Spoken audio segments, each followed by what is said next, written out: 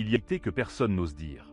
Une vérité brutale qui dérange, qui blesse l'ego, qui fait tomber les masques. Pourtant, c'est cette même vérité qui peut te libérer comme rien d'autre ne le pourra jamais. La voici, sans détour, sans filtre. Tu n'importes à personne.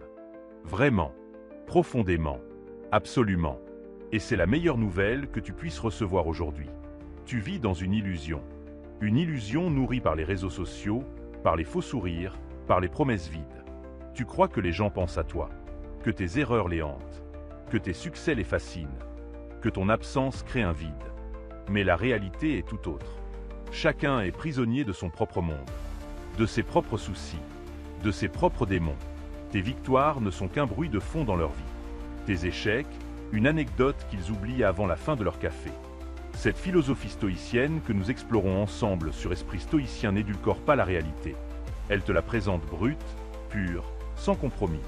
Marc Aurèle, empereur de Rome, l'homme le plus puissant de son époque, écrivait chaque soir dans ses carnets. Non pas pour être lu, mais pour se rappeler cette vérité fondamentale. Bientôt tu seras cendre et rien, ou un nom tout au plus, et même un nom n'est que bruit et écho. Même un empereur savait qu'il n'importait à personne. Alors toi, moi, nous tous, pourquoi penserions-nous le contraire? Bienvenue dans cette exploration radicale de la liberté intérieure. Si tu es prêt à lâcher prise sur le besoin d'être important aux yeux des autres. Si tu veux découvrir la puissance qui naît quand tu cesses de vivre pour les regards. Si tu cherches cette force tranquille qui vient du travail acharné dans l'ombre.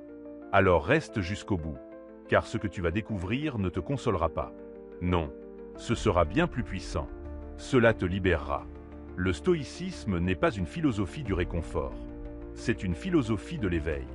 Elle ne flatte pas ton ego. Elle le dissout. Elle ne te promet pas que tu compteras un jour pour tout le monde. Elle t'enseigne que ton importance ne dépend pas du regard des autres, mais de ta propre estime, de ton propre travail, de ta propre cohérence. C'est dans cette solitude acceptée, dans ce travail silencieux, dans cette concentration absolue sur toi-même que naît la véritable grandeur. Dans un monde obsédé par la validation, par les likes, par la reconnaissance, le stoïcisme résonne comme un coup de tonnerre. Il dit stop. Stop à cette course épuisante. Stop à ce besoin maladif d'être vu. Le sage stoïcien travaille dans l'ombre. Il se construit dans le silence. Il grandit loin des projecteurs. Et quand enfin les résultats apparaissent, il ne cherche pas les applaudissements. Car il a compris que la vraie récompense, c'est la transformation intérieure. C'est l'homme qu'il est devenu en chemin. Alors commence ce voyage avec moi. Pas pour devenir important aux yeux du monde, mais pour devenir essentiel à tes propres yeux. Pour découvrir que quand tu n'importes à personne, tu deviens enfin libre de tout. Fais yeux un instant. Pense à cette personne que tu essaies d'impressionner. Ce collègue, cet ami, cette connaissance sur les réseaux. Maintenant, imagine que demain, tu disparaisses. Totalement. Sans trace. Combien de temps penserait-il à toi? Une semaine? Un mois? Sois honnête avec toi-même. La réponse est souvent cruelle. Quelques jours tout au plus. Puis la vie continue. Leur vie continue. Sans toi. Comme si tu n'avais jamais existé. Ce n'est pas de la cruauté. C'est de la nature humaine. Chaque personne que tu croises porte son propre fardeau. Ses propres combats. Ses propres terreurs nocturnes. Tu n'es qu'une silhouette dans leur paysage mental. Une présence floue au milieu de leurs préoccupations. Ils ne pensent pas à toi le matin en se réveillant. Ils ne se demandent pas comment tu vas. Ils ne remarquent pas ce nouveau projet sur lequel tu travailles si dur. Pourquoi? Parce qu'ils sont occupés à survivre dans leur propre guerre intérieure. Les stoïciens avaient compris cette réalité il y a des millénaires. Épictète, esclave devenu philosophe, enseignait à ses disciples que l'opinion des autres est hors de ton contrôle. Complètement. Totalement. Tu peux te tuer à la tâche pour être aimé, respecté, admiré. Mais au final, ce que les gens pensent de toi leur appartient. Pas à toi. Leur perception est façonnée par leurs propres filtres, leurs propres blessures, leurs propres insécurités. Tu n'as aucun pouvoir là-dessus. Sénèque écrivait dans ses lettres que nous perdons un temps précieux à nous soucier de ce que pensent des gens qui, eux-mêmes, ne pensent presque jamais à nous. Cette phrase devrait être gravée sur le mur de ta chambre. Combien d'heures as-tu gaspillé à analyser un regard, à décortiquer une phrase, à te demander si un tel t'apprécie? Pendant ce temps, cette personne vivait sa vie, inconsciente de ton tourment. Elle dînait, riait, dormait paisiblement. Tandis que toi, Tu te rongeais de l'intérieur pour une opinion qui n'existe peut-être même pas. Aujourd'hui, ce phénomène a atteint des sommets absurdes. Les réseaux sociaux ont créé une économie de la validation. Tu publies, tu attends, tu espères.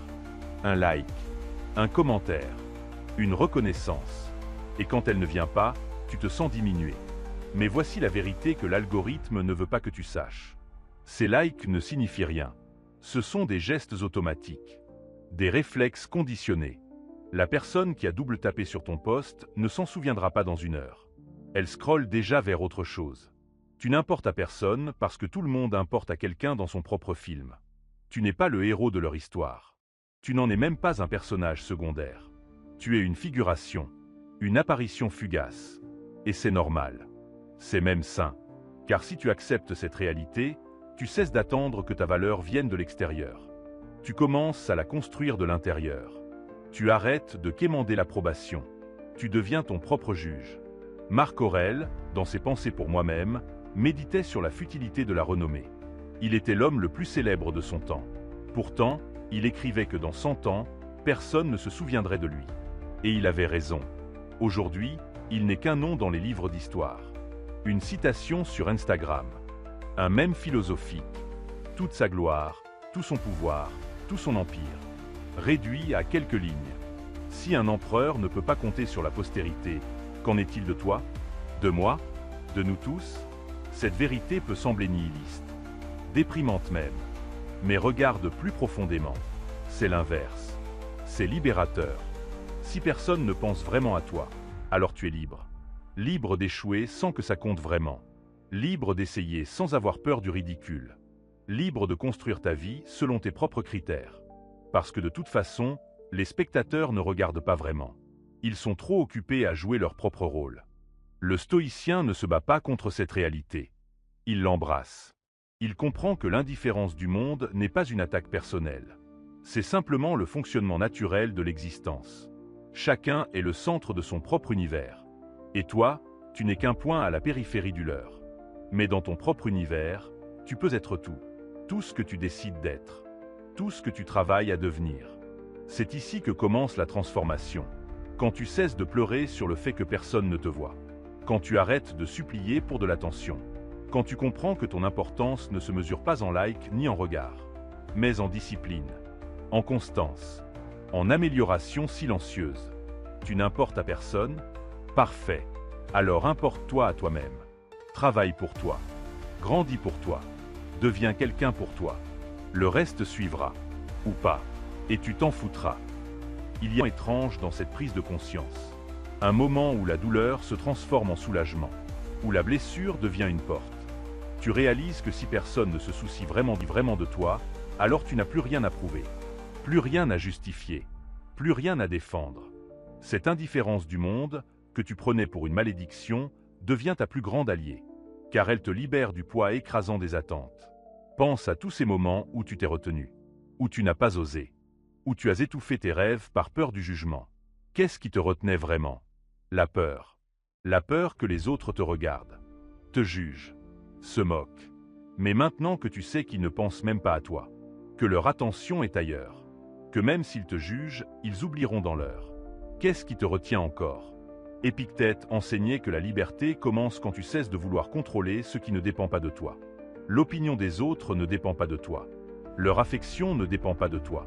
Leur respect ne dépend pas de toi. Alors pourquoi construire ta vie autour de ces variables incontrôlables? C'est comme bâtir une maison sur du sable mouvant. Peu importe tes efforts, tout finira par s'effondrer. Parce que la fondation n'était pas solide. Le stoïcien construit sur le roc. Sur ce qui dépend réellement de lui. Son caractère. Son travail. Ses choix. Sa discipline. Ces choses-là, personne ne peut les lui enlever. Aucune opinion, aucun jugement, aucune trahison ne peut détruire ce qu'il a construit dans le secret de son âme. C'est là que réside la vraie puissance. Dans cette forteresse intérieure que tu ériges pierre par pierre, loin des regards. Quand tu comprends que tu n'importes à personne, tu arrêtes de mendier l'amour. Tu cesses de supplier pour l'attention. Tu ne cours plus après la validation comme un chien affamé. Tu te redresses. Tu reprends ta dignité. Tu décides que si le monde ne te donnera rien, alors tu te donneras tout à toi-même. Ton temps, ton énergie, Ta foi. Tu deviens ton propre bienfaiteur. Cette libération a un parfum particulier. C'est le parfum de l'authenticité retrouvée. Quand tu n'essaies plus d'être celui que les autres veulent que tu sois. Quand tu lâches le masque. Quand tu arrêtes de jouer un rôle. Tu redeviens toi. Simple. Brut. Imparfait. Mais réel. Et cette réalité vaut 1000 fois plus que toutes les images polies que tu présentais avant. Sénèque disait que l'homme libre est celui qui n'a plus peur de perdre ce qu'il n'a jamais vraiment possédé. Tu ne possèdes pas l'amour des autres. Tu ne possèdes pas leur estime. Tu ne possèdes pas leur loyauté. Ces choses sont volatiles. Elles changent avec le vent. Aujourd'hui, ils t'adorent. Demain, ils t'oublient. Après-demain, ils te critiquent. Mais si tu n'as jamais fondé ton bonheur sur ces sables mouvants, leur absence ne peut pas te détruire. L'indifférence du monde devient alors ton terrain de jeu. Un espace vide où tu peux expérimenter sans crainte. Échouer sans drame. Recommencer sans honte. Parce que de toute façon, personne ne garde vraiment le score. Ils sont trop occupés à compter leurs propres points. Cette liberté est vertigineuse au début. On ne sait plus quoi en faire. On a passé tellement d'années à chercher l'approbation qu'on ne sait plus comment vivre sans elle. Mais petit à petit, tu apprends. Tu découvres que tu peux essayer cette nouvelle entreprise sans avoir peur de l'échec public. Tu peux créer cette œuvre sans craindre les critiques. Tu peux exprimer tes idées sans trembler devant le tribunal imaginaire. Parce que ce tribunal n'existe pas. C'est une fiction que tu as créée. Les juges sont des fantômes. Les accusateurs sont des ombres. Et toi, tu es le seul être réel dans cette comédie.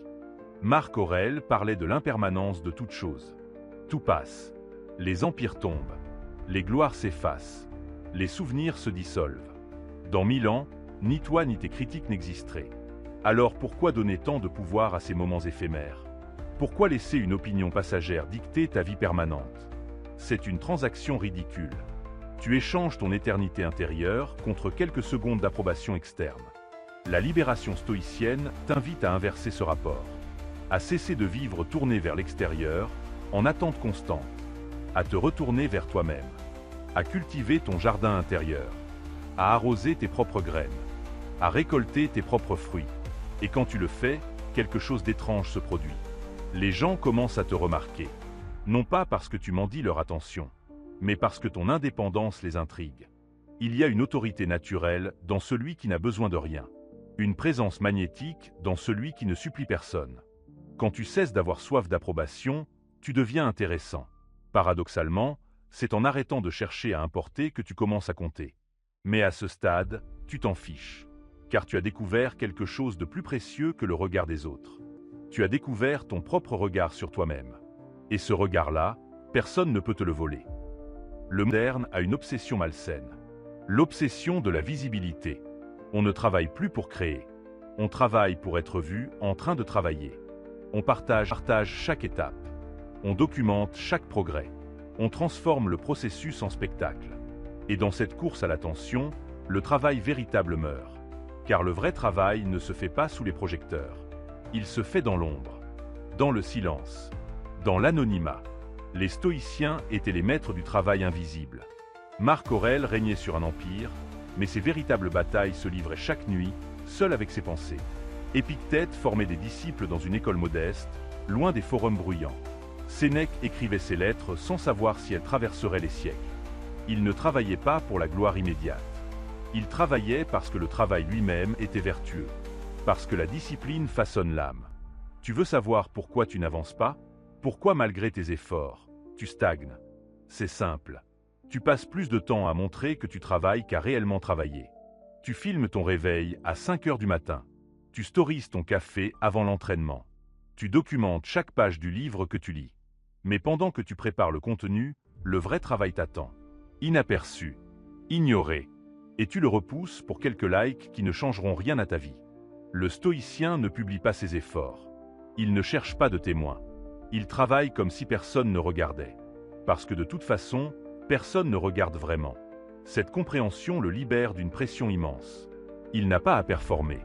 Il n'a pas à impressionner. Il n'a qu'à faire. Jour après jour. Heure après heure. Dans le silence de sa concentration. Dans l'anonymat de sa discipline. Il y a une beauté dans le travail obscur. Une pureté dans l'effort qui ne cherche pas de récompense externe. Quand tu travailles sans attendre de reconnaissance, Tu te connectes à quelque chose de plus profond, à l'essence même du travail. Tu ne travailles plus pour l'argent, ni pour la gloire. Tu travailles parce que ton âme a besoin de s'exprimer, parce que ton esprit a besoin de se dépasser, parce que ton corps réclame la discipline. Pense aux plus grandes réalisations de l'humanité. Combien ont été accomplis dans l'ombre? Combien de génies ont travaillé des années sans reconnaissance? Van Gogh n'a vendu qu'un tableau de son vivant. Kafka voulait brûler ses manuscrits. Stoker a écrit dans l'anonymat. Les vrais créateurs ne cherchent pas l'audience. Ils créent parce qu'ils ne peuvent pas faire autrement. L'œuvre leur arrache les entrailles. Peu importe si quelqu'un la verra un jour. C'est cette mentalité que le stoïcisme cultive. L'amour du processus plus que du résultat. La joie de l'effort plus que de la victoire. Sénèque écrivait que ce n'est pas parce que les choses sont difficiles que nous n'osons pas. C'est parce que nous n'osons pas qu'elles sont difficiles. Le travail dur dans l'ombre exige du courage. Le courage d'avancer sans applaudissements, sans encouragement, sans même la garantie que ça mènera quelque part. Mais voici le secret que les sages connaissent. C'est précisément ce travail invisible qui construit la vraie grandeur. Chaque heure passée loin des regards est une brique dans ton édifice intérieur. Chaque effort non partagé renforce ta fondation. Tu ne construis pas pour montrer, tu construis pour tenir. Et quand les tempêtes viendront, et elles viendront, ta structure restera debout. Parce qu'elle n'était pas faite de paillettes et d'illusions, mais de sueur et de discipline. Le monde verra les résultats. Peut-être. Un jour. Ou jamais. Mais toi, tu sauras. Tu sauras combien de nuits tu as sacrifiées. Combien de distractions tu as refusées. Combien de fois tu as choisi le travail quand personne ne regardait. Cette connaissance sera ta richesse. Car elle est inattaquable. Personne ne peut te voler ce que tu as construit dans le secret. Personne ne peut diminuer ce que tu as accompli loin des projecteurs. Les stoïciens appelaient cela la vertu. La vertu n'a pas besoin de témoins. Elle se suffit à elle-même. Quand tu agis bien, même si personne ne le sait, tu le sais. Et cela suffit. Ta conscience devient ton unique juge. Ton effort devient sa propre récompense. Tu ne travailles plus pour l'externe. Tu travailles pour l'interne. Pour cet homme que tu deviens dans le silence de tes actions répétées. Alors éteins les notifications. Ferme les applications. Arrête de te filmer. Travaille vraiment. Plonge dans ton projet comme si c'était la dernière chose que tu ferais. Donne tout sans retenir. Crée sans calculer l'impact. Construis sans mesurer l'audience. Car le vrai pouvoir ne vient pas de ceux qui te regardent. Il vient de ce que tu deviens quand personne ne regarde. Et cet homme-là, forgé dans l'ombre, sera indestructible quand il sortira enfin à la lumière. Il est un bruit constant dans ta tête. Un bavardage incessant qui analyse ce que les autres font. Un tel a réussi. Une telle a échoué. Celui-ci avance plus vite que toi. Celle-là a déjà ce que tu veux. Ce bruit mental est une maladie moderne. La comparaison permanente. L'évaluation continue. Ton regard constamment tourné vers l'extérieur. Mesurant. Jaugeant. Te sentant inférieur ou supérieur. Toujours en relation avec les autres. Jamais en relation avec toi-même. Le stoïcisme coupe le son de ce bruit. Il te ramène à l'essentiel. Toi. Uniquement toi. Pas toi par rapport aux autres. Juste toi. Ta progression. Ton chemin. Ton développement. Marc Aurèle écrivait que la seule compétition qui vaille, c'est celle contre toi-même hier.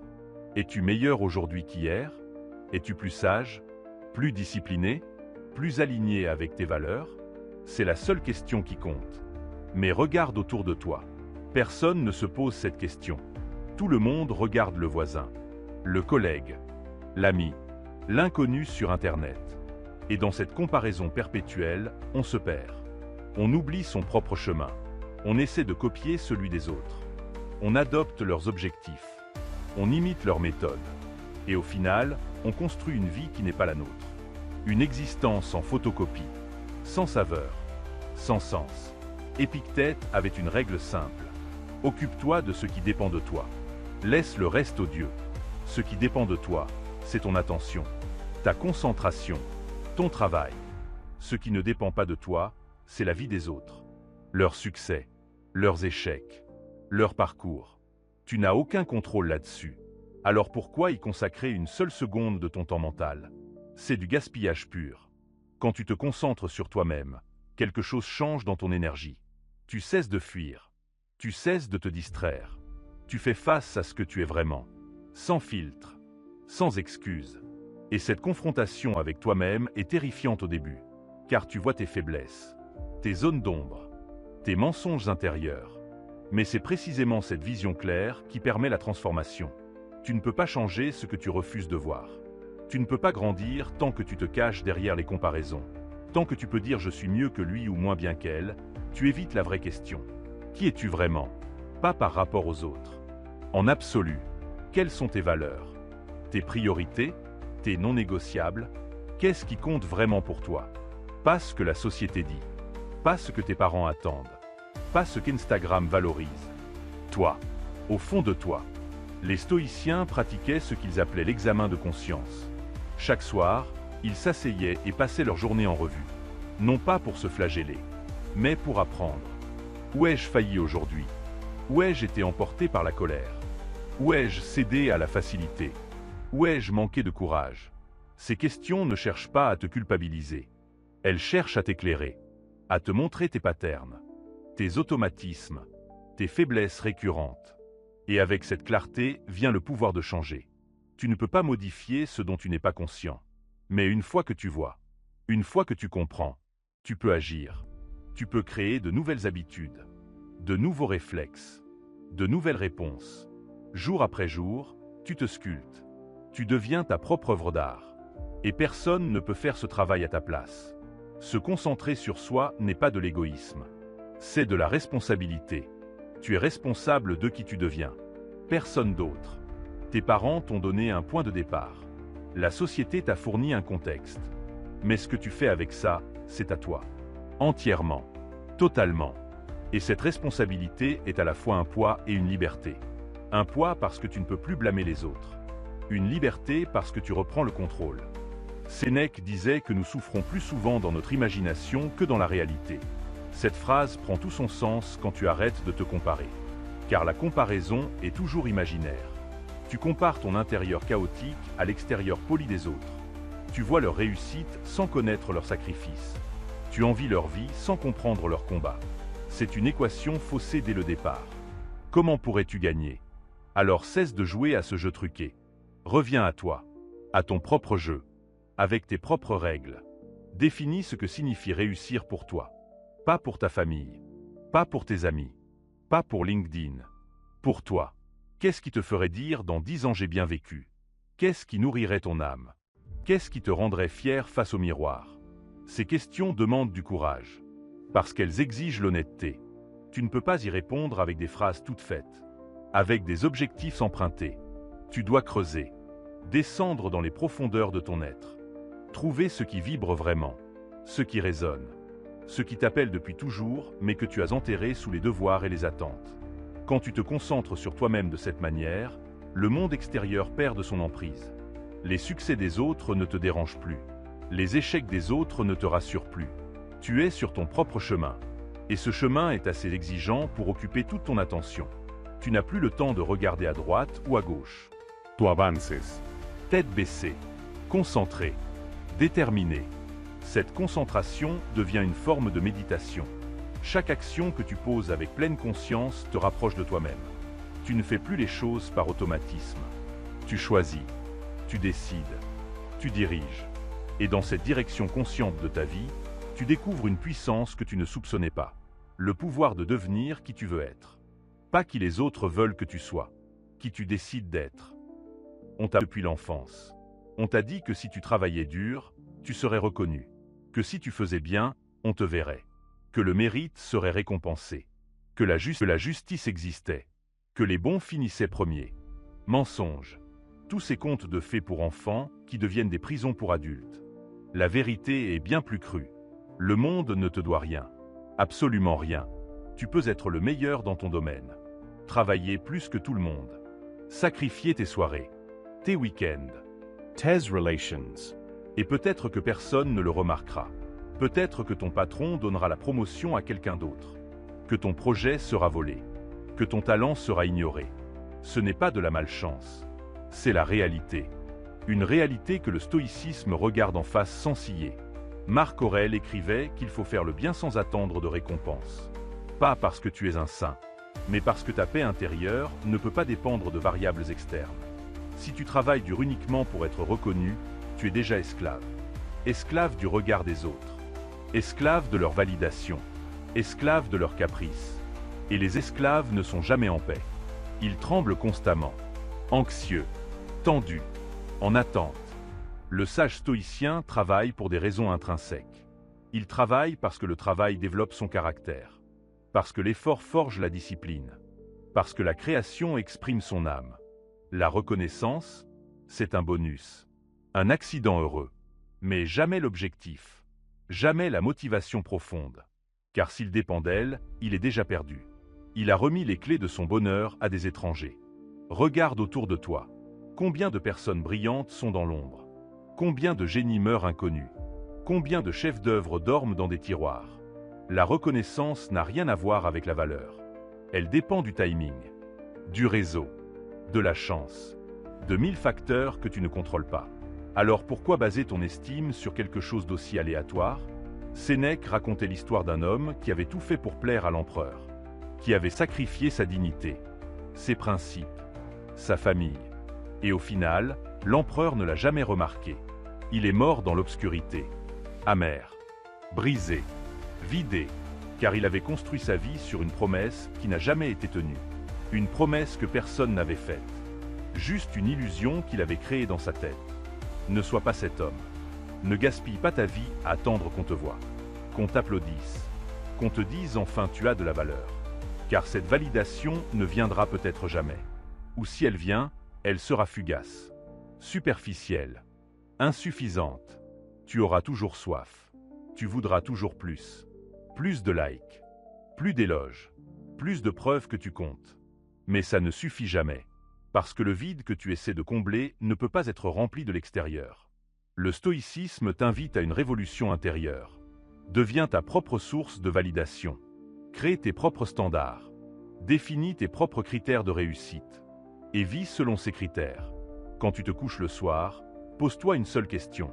Ai-je fait de mon mieux aujourd'hui? Si la réponse est oui, c'est suffisant. Peu importe si quelqu'un l'a vu. Peu importe si quelqu'un l'a apprécié. Toi tu le sais. Et c'est tout ce qui compte. Épictète disait que si tu cherches la gloire, rappelle-toi que dans 100 ans, ceux qui te critiquent seront morts. Mais toi aussi. Alors pourquoi donner tant de pouvoir à leurs opinions? Pourquoi laisser leur jugement peser plus lourd que le tien? Tu es là, vivant, conscient, capable de discerner le bien du mal, capable de savoir si tu as agi avec intégrité ou non. Cette conscience est ton seul juge légitime. La reconnaissance des autres est comme le vent. Elle souffle, elle tourne, elle disparaît. Tu ne peux pas la saisir, tu ne peux pas la garder.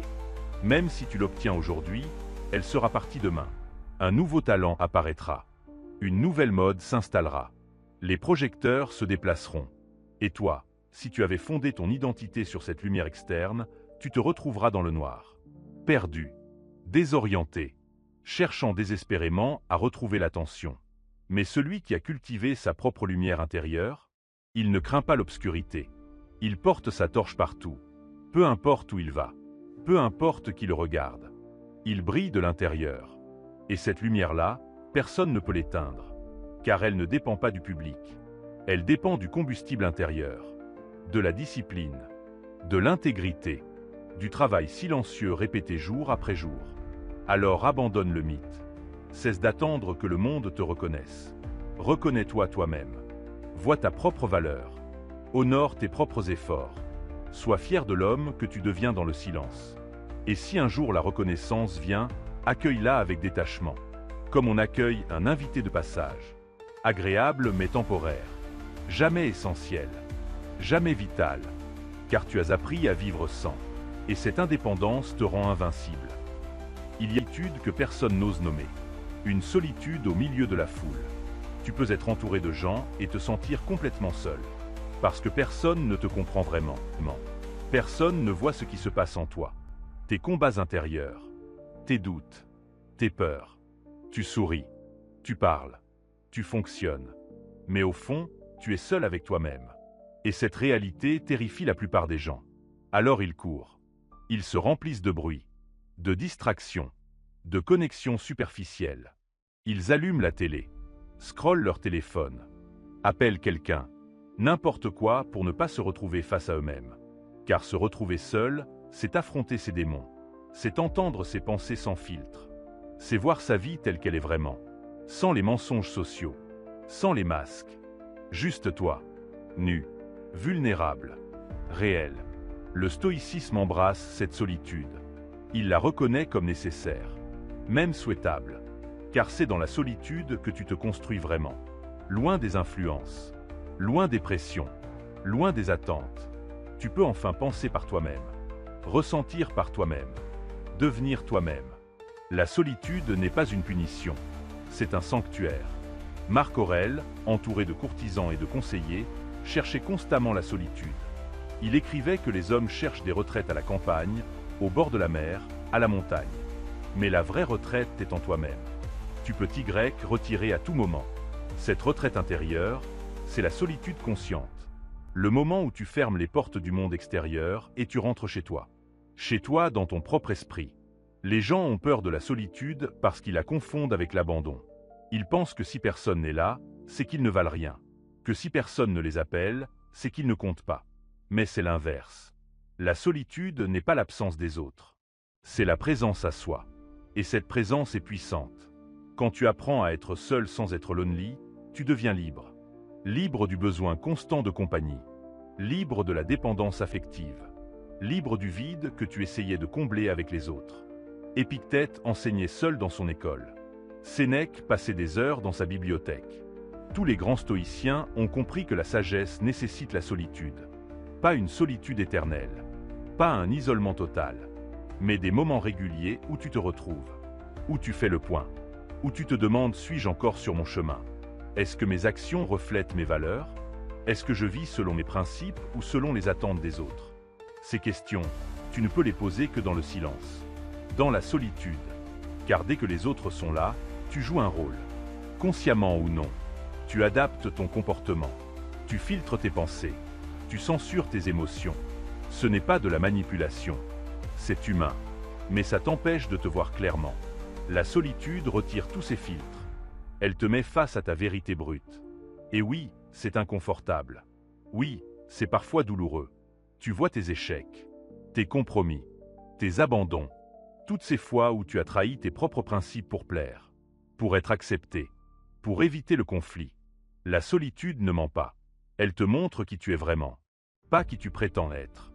Et cette confrontation est nécessaire, car tu ne peux pas changer ce que tu refuses de voir. La force dans la solitude vient de cette acceptation. Tu acceptes d'être seul. Tu acceptes que personne ne viendra te sauver.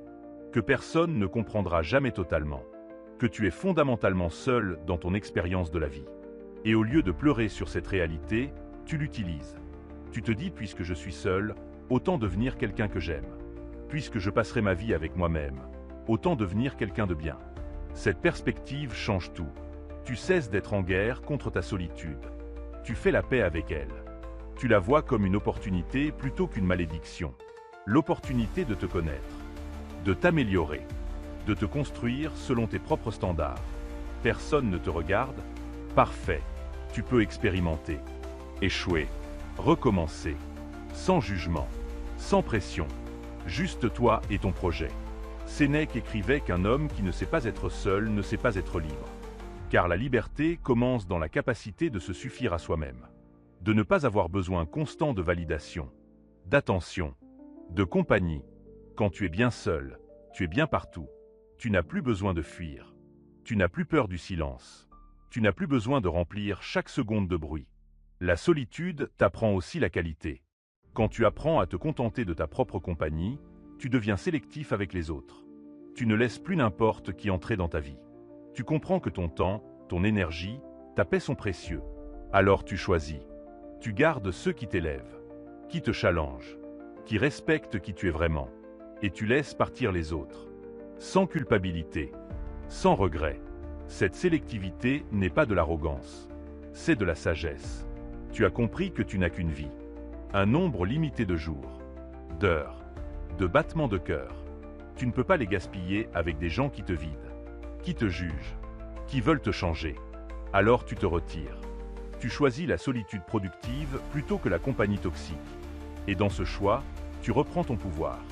La solitude devient alors ton atelier, le lieu où tu te forges, où tu affûtes tes compétences, où tu développes ton esprit. Personne ne te dérange, personne ne te détourne de ta mission. Tu es focus, concentré, en flow. Les heures passent sans que tu les vois, car tu es absorbé par ce que tu crées, par qui tu deviens. Et quand tu ressors de cette solitude, tu es différent, plus fort, plus clair, plus aligné. Les gens le sentent. Ils sentent que quelque chose a changé en toi. Tu n'es plus aussi disponible, aussi accessible, aussi malléable. Tu as passé du temps avec toi-même. Tu as clarifié tes priorités. Tu sais ce que tu veux, ce que tu ne veux pas. Et tu ne négocies plus. Cette clarté attire certains. Elle en repousse d'autres. Mais tu t'en fiches. Car tu as appris que ta paix intérieure vaut plus que n'importe quelle relation qui te force à te trahir. Alors n'aie pas peur de la solitude. Ne la fuis pas, cherche-la. Cultive-la. Crée des moments quotidiens où tu es seul avec toi-même. Sans téléphone, sans écran, sans distraction. Juste toi et tes pensées. Au début, ce sera bruyant dans ta tête. Inconfortable. Mais petit à petit, le calme viendra. Tu découvriras des parties de toi que tu avais oubliées. Des rêves que tu avais enterrés. Des forces que tu ne connaissais pas. Et un jour, tu réaliseras que tu n'es plus jamais seul. Car tu t'es trouvé. Et cette compagnie-là, celle de ton propre esprit éveillé, est la plus précieuse de toutes. Car elle ne te quittera jamais. Elle ne te trahira jamais. Elle sera là dans chaque moment, chaque choix, chaque épreuve. Ton allié le plus fidèle. Toi-même. On te faut un village pour réussir. Qu'il faut un réseau. Du soutien. Des encouragements. Et peut-être que c'est vrai. Peut-être. Mais voici ce qu'on ne te dit pas. Quand tu commences vraiment à travailler sur toi. Quand tu décides de changer. De grandir. De devenir autre chose. Les premiers à te décourager seront ceux qui prétendent te soutenir. Ce n'est pas de la méchanceté. C'est de la peur. Ta transformation les confronte à leur stagnation. Ton évolution leur rappelle qu'eux aussi pourraient changer. Mais ils ne le veulent pas. Ou ils ont peur. Alors inconsciemment, ils vont te retenir. Te dire que tu changes trop. Que tu n'es plus le même. Que tu deviens prétentieux. distant, Différent. Et ils auront raison. Tu es différent. C'était précisément le but. Le stoïcien sait qu'il marchera seul. Pas parce qu'il rejette les autres. Mais parce que peu sont prêts à suivre le chemin de la discipline. De la transformation. Du travail acharné. La plupart préfèrent le confort. La stabilité. La routine. Et c'est leur droit. Mais ce n'est pas ton chemin. Alors tu marches. Et ceux qui doivent te suivront. Ceux qui doivent partir partiront. Et c'est normal. Marc Aurèle était entouré de conseillers, de généraux, de sénateurs. Mais dans ses écrits, on sent sa profonde solitude. Personne ne comprenait vraiment ce qu'il vivait. Les combats intérieurs qu'il menait. Les principes auxquels il s'accrochait alors que tout le monde lui conseillait la facilité. Il aurait pu écouter, prendre le chemin simple. Mais il savait que le soutien des autres n'est qu'un mirage quand il te détourne de ton intégrité. Le vrai soutien ne vient pas des encouragements superficiels. Il ne vient pas des likes, des commentaires, des tapes dans le dos. Le vrai soutien vient de ta propre conviction, de ta foi en ton projet, en ta vision, en qui tu deviens. Quand cette conviction est solide, tu n'as besoin de personne pour te pousser. Tu te lèves chaque matin avec une mission. Peu importe si quelqu'un applaudit. Peu importe si quelqu'un comprend. Sénèque écrivait des lettres à son ami Lucilius. Des lettres magnifiques, profondes, remplies de sagesse. Mais il savait que Lucilius ne comprenait pas toujours, qu'il ne suivait pas toujours ses conseils. Et c'était correct. Sénèque écrivait pour lui-même autant que pour son ami, pour clarifier sa propre pensée, pour renforcer ses propres principes. Le soutien externe est bon, mais il ne peut jamais remplacer ta propre détermination. Regarde les gens qui ont vraiment accompli quelque chose. Les innovateurs, les créateurs, les pionniers. Combien ont été soutenus au début? Combien ont eu l'approbation de leur entourage? Presque aucun. Ils ont été critiqués, moqués, découragés. On leur a dit que c'était impossible, que c'était fou, que c'était égoïste. Mais ils ont continué. Pourquoi? Parce qu'ils ne cherchaient pas le soutien externe. Ils avaient quelque chose de plus fort. Une vision, une mission, Un feu intérieur que personne ne pouvait éteindre. Tu dois développer ce feu. Cette flamme qui brûle même dans la tempête. Même quand tout le monde te dit d'abandonner. Même quand les résultats tardent. Même quand tu es seul dans ta conviction. Cette flamme, c'est ta foi en toi-même. Et elle ne se nourrit pas de l'opinion des autres. Elle se nourrit de tes actions, de ta cohérence, de ta discipline quotidienne. Chaque fois que tu tiens ta promesse envers toi-même, tu alimentes cette flamme. Chaque fois que tu te lèves quand tu as dit que tu te lèverais. Chaque fois que tu travailles quand tu as dit que tu travaillerais. Chaque fois que tu refuses la facilité pour rester fidèle à tes principes. Tu construis une confiance en toi qui ne dépend de personne. Et cette confiance est indestructible. L'illusion du soutien te fait croire que tu as besoin des autres pour réussir. Mais la vérité stoïcienne est plus radicale. Tu n'as besoin de personne. Vraiment, tu peux le faire seul. Ça sera plus dur, plus long, plus douloureux. Mais tu peux. Et en fait, le faire seul te rendra plus fort. Car tu ne pourras jamais dire « j'ai réussi grâce à un tel ». Non, tu sauras que c'était toi. Ton travail, ton sacrifice, ton refus d'abandonner. Épictète enseignait que tu ne dois rien attendre de personne. Pas par pessimisme, mais par réalisme. Les gens sont imprévisibles. Ils changent. Ils partent. Ils te déçoivent. Non par malice, juste parce qu'ils sont humains. Alors si tu bases ta réussite sur leur soutien, tu construis sur du sable. Mais si tu bases tout sur toi-même, sur ta capacité à te relever, à continuer, à persévérer, alors tu construis sur le roc. Cette indépendance effraie les gens. Ils la voient comme de l'arrogance, de la froideur. Mais c'est juste de la maturité. Tu as compris que tu es responsable de ta vie, que personne ne viendra la vivre à ta place, que personne ne réalisera tes rêves pour toi. Alors tu cesses d'attendre. Tu cesses d'espérer que quelqu'un te sauve. Tu deviens ton propre sauveur. Et paradoxalement, c'est quand tu n'as plus besoin du soutien des autres qu'il arrive. Quand tu avances avec ou sans eux. Quand ton mouvement ne dépend plus de leurs encouragements. Ils commencent à te respecter, à t'admirer même, parce qu'ils voient quelque chose de rare. Quelqu'un qui n'a besoin de personne. Quelqu'un qui se suffit à lui-même. Et cette autosuffisance attire naturellement. Mais à ce stade, tu n'en as plus besoin. Tu as appris à marcher seul, à te soutenir toi-même, à être ton propre cheerleader, ton propre coach, ton propre ami fidèle. Et cette relation avec toi-même est tellement solide que rien d'externe ne peut la briser. Les gens peuvent venir, partir. Trahir. 2 continues. Car ta source n'est plus en eux. Elle est en toi. Il est un moment dans chaque vie, un moment de bascule, où tu réalises que tu as vécu selon les règles des autres, leurs attentes, leurs jugements, leur définition du succès. Tu as été un bon élève, un bon employé, un bon fils, une bonne fille. Tu as coché toutes les cases. Mais au fond, tu es vide, car tu n'as jamais vécu selon tes propres règles. Tu n'as jamais été le maître de ta propre vie. Le stoïcisme t'invite à une rébellion. Pas une rébellion externe, pas une révolution sociale, mais une insurrection intérieure. Le moment où tu reprends les commandes, où tu décides que désormais, c'est toi qui définis ce qui compte. C'est toi qui choisis tes batailles. C'est toi qui détermines ta valeur. Plus personne d'autre. Jamais. Cette décision est terrifiante, parce qu'elle vient avec une responsabilité totale. Tu ne peux plus blâmer les autres. Tu ne peux plus dire c'est la faute de mes parents, de mon éducation, de la société. Oui, tout ça a joué un rôle. Mais maintenant, tu es adulte, conscient, libre. Et cette liberté est un poids. Le poids de créer ta propre vie, selon ton propre design. Marc Aurèle écrivait qu'il est en ton pouvoir de vivre ta vie comme tu le souhaites. Pas de vivre la vie que tu veux avec les circonstances que tu veux, mais de vivre selon tes principes, quelles que soient les circonstances. C'est ça devenir ton propre maître. Ce n'est pas contrôler le monde extérieur. C'est contrôler ton monde intérieur.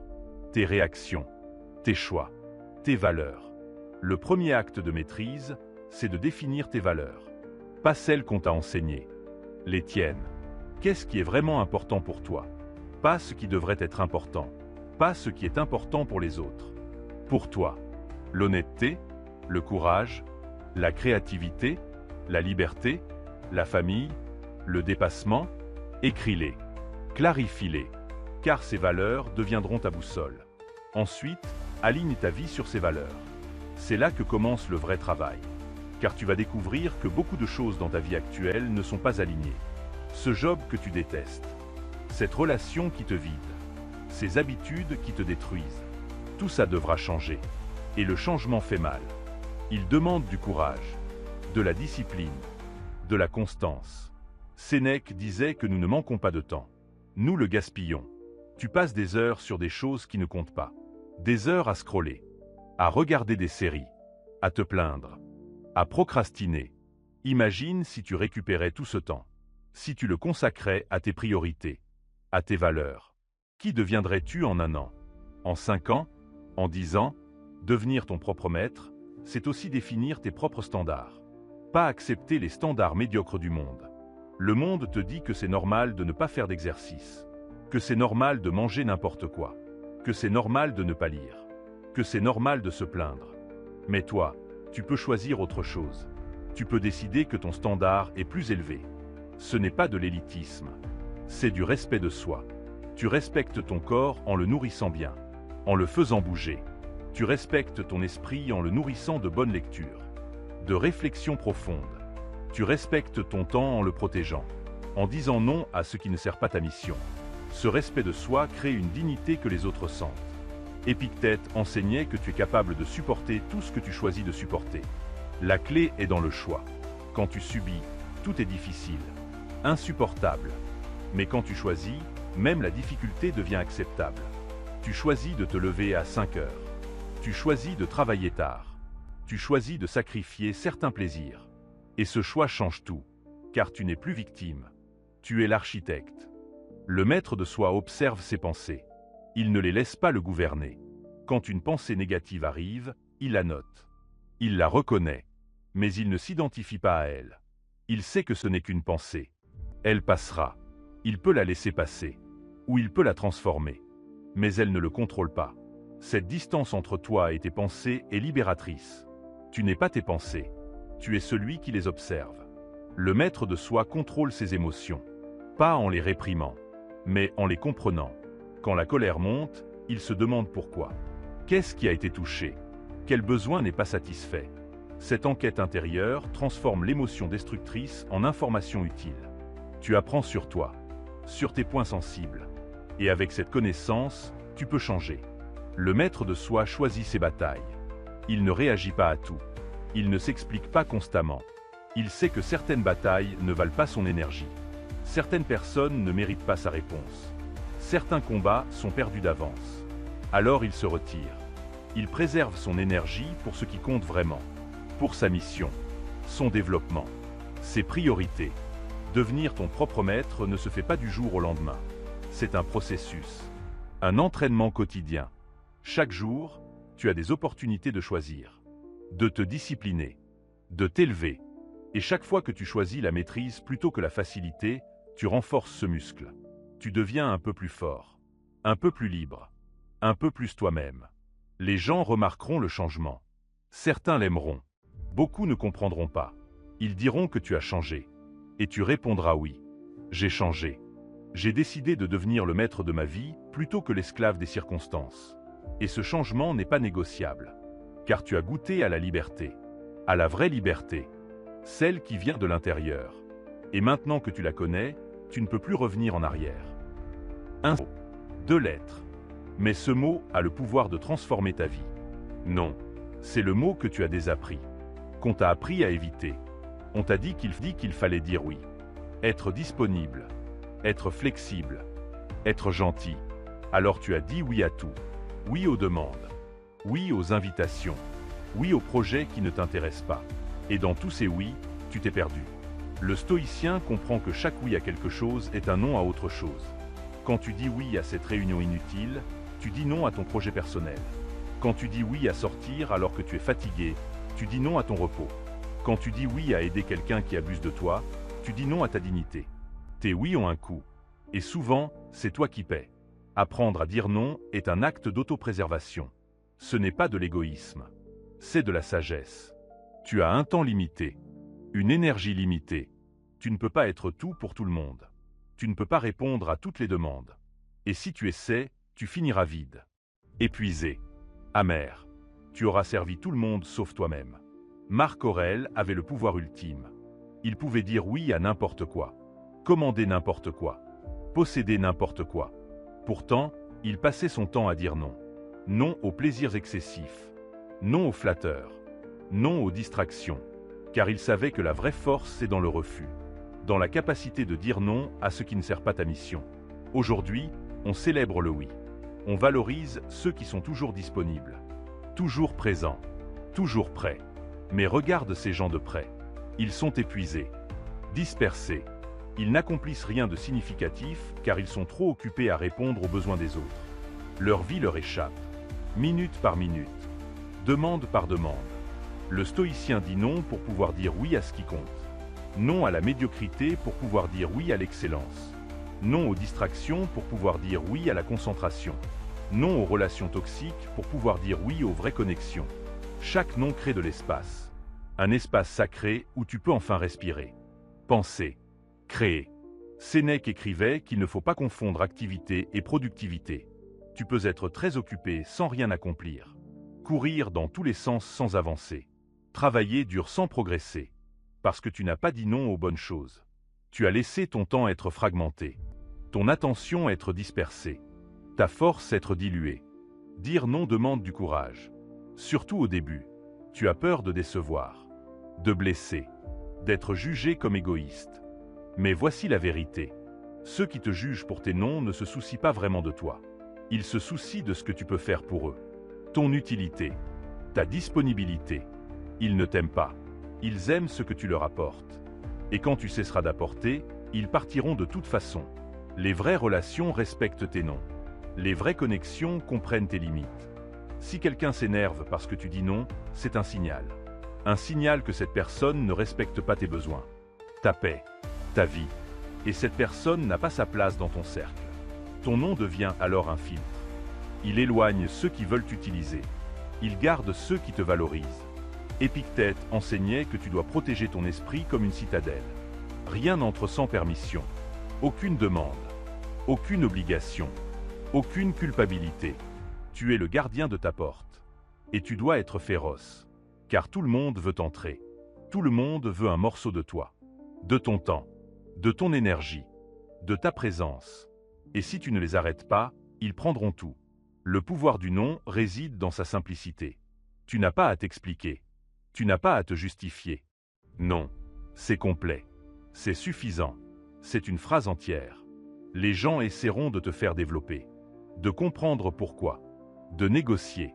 Mais tu tiens bon. Non. Et tu passes à autre chose. Avec le temps, dire non devient naturel.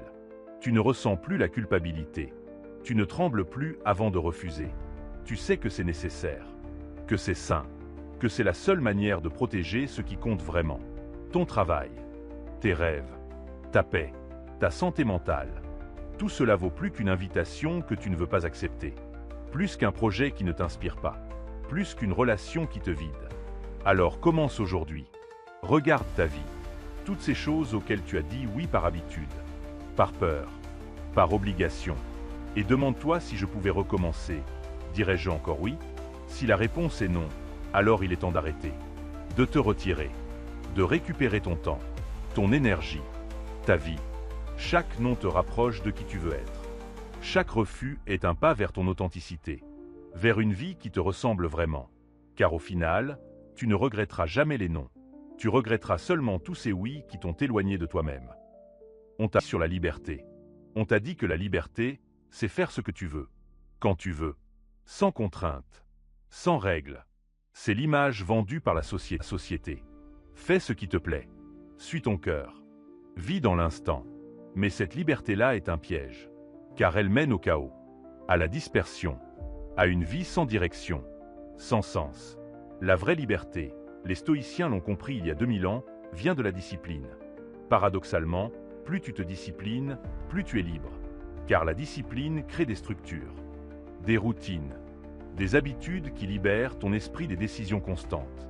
Tu n'as pas à te demander chaque matin si tu vas te lever tôt. Tu le fais. Point. Cette décision est prise une fois pour toutes. Marc Aurèle se levait avant l'aube. Chaque jour. Sans exception. Empereur ou pas, fatigué ou pas. Il se levait. Il méditait. Il écrivait.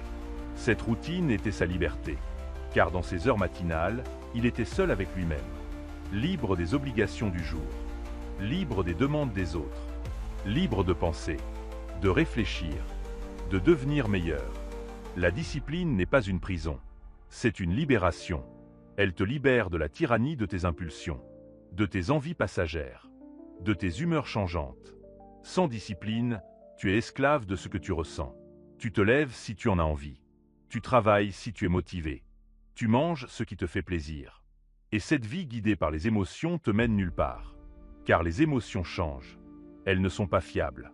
Elles ne peuvent pas construire une vie. La discipline crée la constance. Et la constance crée les résultats. Tu ne réussis pas par de grands gestes héroïques. Tu réussis par de petites actions répétées, jour après jour, sans éclat, sans gloire. Juste toi et ton engagement. Cette répétition silencieuse, c'est la discipline. Et c'est elle qui transforme les rêves en réalité. Sénèque écrivait que nous souffrons plus souvent dans notre imagination que dans la réalité. La discipline coupe court à l'imagination. Elle ne laisse pas de place au doute, aux peurs, aux excuses. Tu as un plan. Tu suis le plan. Peu importe ce que ton esprit invente comme raison de ne pas le faire. La discipline te dit lève-toi. Et tu te lèves. Les gens non disciplinés vivent dans le chaos. Leur vie est une succession de réactions, d'impulsions, de décisions émotionnelles qu'ils regrettent. Ils mangent mal, puis se promettent de faire mieux demain. Ils scrollent pendant des heures, puis se sentent coupables. Ils procrastinent, puis paniquent avant les deadlines. Leur vie est une montagne russe épuisante. Et ils appellent ça la liberté. Mais le stoïcien discipliné, sa vie est calme, prévisible, stable. Il a ses routines, ses rituels, ses non négociables. Et dans cette structure, il trouve la paix. Il sait ce qu'il doit faire. Il le fait, sans drame, sans négociation interne. Son esprit est libre car il n'a pas à se battre constamment contre lui-même. Épictète enseignait que le début de la philosophie, c'est la conscience de sa propre faiblesse. Tu dois reconnaître que sans structure, tu t'effondres. Que sans discipline, tu dérives. Ce n'est pas une honte. C'est humain. Le corps cherche le confort. L'esprit cherche la facilité. Mais toi, tu es plus que tes instincts. Tu as la capacité de choisir, de t'imposer une direction. Et cette capacité, c'est ton humanité, ton pouvoir. La discipline commence par des petites choses.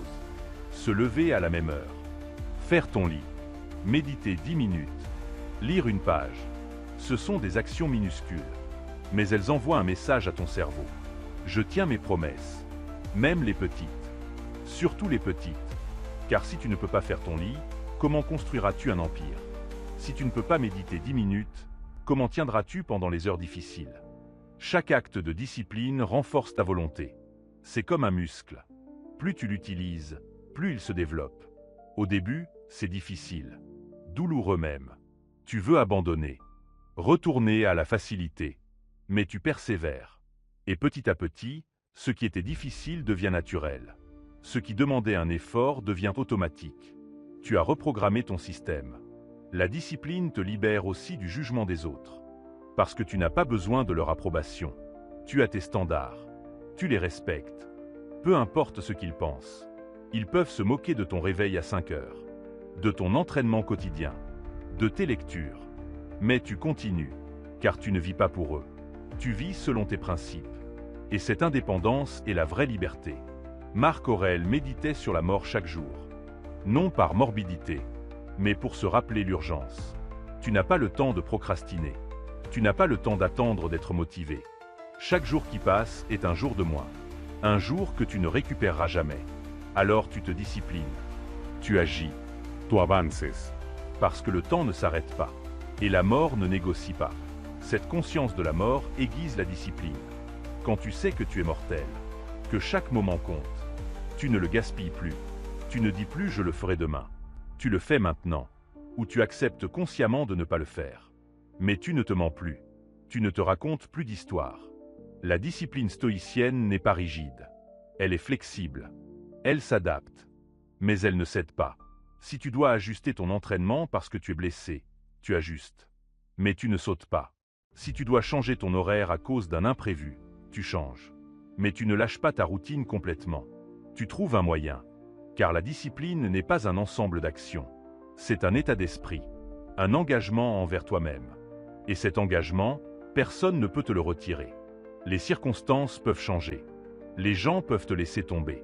Les plans peuvent échouer. Mais ta discipline reste.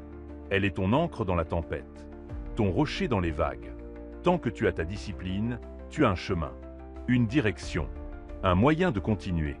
Alors si tu veux être libre, vraiment libre, ne cherche pas l'absence de contraintes. Cherche la discipline. Impose-toi des structures. Crée des routines. Tiens tes engagements envers toi-même. Et dans cette autodiscipline, tu découvriras une liberté que les indisciplinés ne connaîtront jamais. La liberté d'être maître de ta vie, de tes choix, de ton destin. Il y a des choses que tu ne changeras jamais. Peu importe tes efforts, peu importe ta volonté, elles sont hors de ton contrôle. Le passé, la mort, les autres, les circonstances. Et pourtant, tu passes ta vie à te battre contre elles, à résister, à espérer qu'elles changent. Cette résistance te détruit. Elle te vole ton énergie, ta paix, ta joie. Le stoïcisme propose quelque chose de radical. L'acceptation. Pas une acceptation passive, pas une résignation, mais une acceptation active, consciente. Tu regardes ce qui est, sans jugement, sans résistance. Et tu dis c'est ainsi. Cette simple reconnaissance change tout, car elle arrête la guerre intérieure. Elle met fin au conflit entre ce qui est et ce que tu voudrais qu'il soit. Épictète enseignait qu'il y a deux catégories de choses. Celles qui dépendent de toi et celles qui n'en dépendent pas. Ta paix dépend de cette distinction. Si tu veux contrôler ce qui ne dépend pas de toi, tu souffriras. Toujours. Car tu poursuis l'impossible. Mais si tu acceptes ce qui ne dépend pas de toi et que tu te concentres sur ce qui en dépend, tu es libre. Totalement. Accepter ne signifie pas approuver. Tu peux accepter qu'il pleut sans aimer la pluie. Tu peux accepter qu'une relation est terminée sans être d'accord avec la manière dont ça s'est fini. Accepter, c'est simplement reconnaître la réalité. Arrêter de la combattre dans ta tête. Arrêter de ressasser si seulement. Arrêter de te torturer avec des scénarios alternatifs. Marc Aurèle avait tout perdu. Plusieurs de ses enfants sont morts. Sa femme l'a trahi. Son empire était constamment menacé. Il aurait pu être amer, en colère, brisé. Mais il choisissait l'acceptation. Il écrivait que les obstacles au chemin deviennent le chemin, que ce qui te bloque devient ce qui te pousse. Cette transformation n'est possible que par l'acceptation. Quand tu arrêtes de résister, tu peux transformer. L'acceptation radicale te libère du besoin que les choses soient différentes. Tu regardes ta vie telle qu'elle est, avec ses imperfections, ses manques, ses douleurs. Et tu dis oui. Oui à tout ça. Non pas parce que tu le veux, mais parce que c'est déjà là. Et lutter contre ce qui est déjà là est futile. C'est comme se battre contre un mur. Tu vas perdre. À chaque fois. Sénèque racontait qu'un sage accepte tout ce qui arrive comme s'il l'avait choisi. Comme si c'était exactement ce dont il avait besoin. Cette perspective change la douleur. Elle ne disparaît pas, mais elle n'est plus une injustice. Elle devient une leçon, une opportunité, un passage nécessaire. Tu passes de victime à élève. Et dans ce changement de rôle, tu reprends ton pouvoir. Les gens résistent à l'acceptation parce qu'ils pensent que ça signifie abandonner. Que accepter la situation, c'est y rester prisonnier. Mais c'est l'inverse. Tu ne peux changer que ce que tu as d'abord accepté. Si tu nies ta situation, si tu refuses de la voir, comment la transformeras-tu? L'acceptation est le premier pas. La clarté sur ce qui est. Ensuite vient l'action sur ce qui peut changer. Accepte que tu n'importes à personne. Accepte que le monde est indifférent. Accepte que personne ne viendra te sauver. Ces acceptations sont douloureuses. Elles brisent tes illusions, tes espoirs naïfs. Mais elles te montrent aussi la vérité. Et dans cette vérité, il y a une force. Une force qui vient de voir clairement. Sans filtre. Sans mensonge. Quand tu acceptes que personne ne pense à toi, tu cesses d'attendre qu'on pense à toi. Tu cesses de vérifier ton téléphone. Tu cesses d'espérer l'appel. Tu cesses de guetter la reconnaissance. Tu te libères de cette attente qui te rongeait. Et dans cet espace libéré, tu peux enfin vivre. Vraiment vivre. Pour toi. Selon tes termes. L'acceptation radicale s'applique aussi à toi-même. Accepte tes défauts, tes faiblesses, tes erreurs passées. Arrête de te battre contre qui tu es.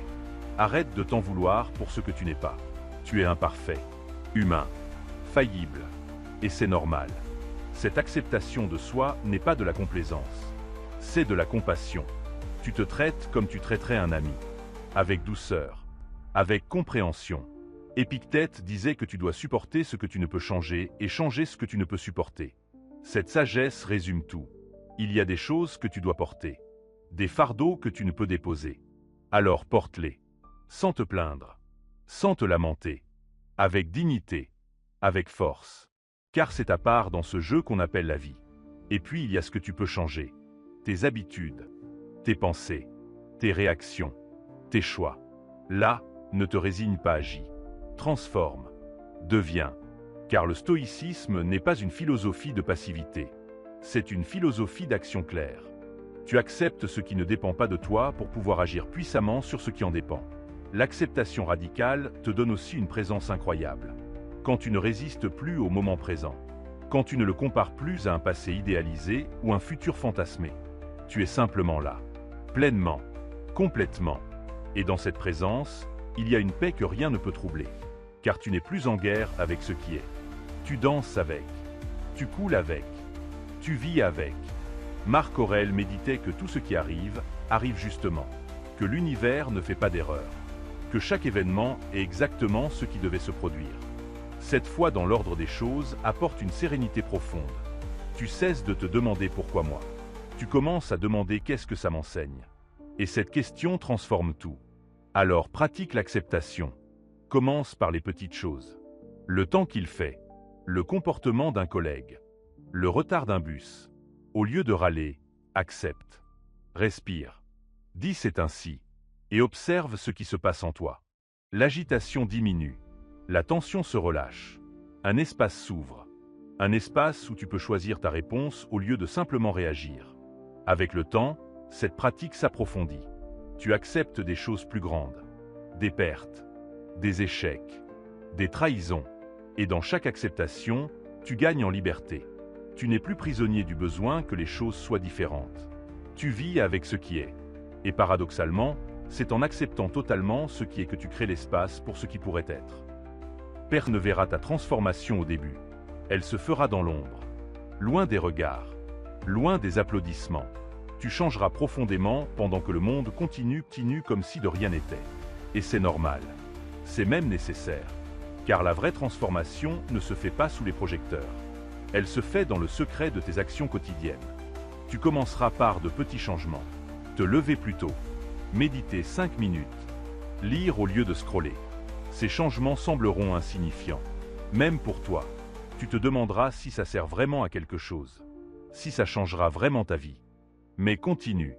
Car ces petites pierres, empilées jour après jour, construisent une montagne. Le stoïcisme enseigne la patience. La constance. La foi dans le processus.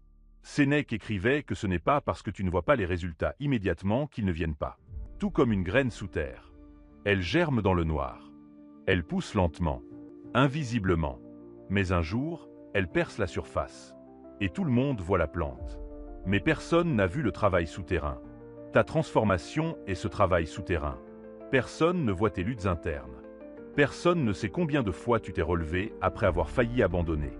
Personne ne voit les heures que tu passes à apprendre, à t'améliorer, à te construire. Et c'est parfait, car cette invisibilité te protège. Elle te protège des opinions, des critiques, des doutes des autres qui auraient pu contaminer les tiens. Marc Aurèle transformait son caractère chaque nuit. Il se demandait où avait-il échoué aujourd'hui, où avait-il cédé à la colère, à l'impatience, à l'orgueil, et chaque réponse devenait un point de travail pour le lendemain. Cette transformation quotidienne, personne ne la voyait. Même ses proches ne savaient pas qu'il menait cette bataille intérieure. Mais année après année, il devenait meilleur, plus sage, plus maître de lui. Ta transformation suivra le même chemin silencieuse, invisible, profonde. Tu ne publieras pas sur les réseaux « Je change ma vie ». Tu ne feras pas de grandes déclarations. Tu agiras, simplement, constamment. Et un jour, les gens remarqueront. Ils diront tu as changé. Quelque chose en toi est différent. Mais ils ne sauront pas quoi. Car le changement est intérieur. Il ne se voit pas. Il se sent. Cette transformation silencieuse a une beauté particulière. Elle est authentique, non performative. Tu ne changes pas pour montrer, tu changes pour être, pour devenir qui tu veux vraiment être. Et cette authenticité donne une solidité que les transformations publiques n'ont jamais, car elles ne dépendent pas du regard des autres. Elles existent pour elles-mêmes. Épictète enseignait qu'il faut travailler sur soi comme le sculpteur travaille le marbre. Coup après coup, patiemment, sans précipitation. Chaque coup enlève un peu de ce qui n'est pas toi, révèle un peu plus de qui tu es vraiment. Cette sculpture de soi-même est l'œuvre d'une vie. Elle n'est jamais terminée.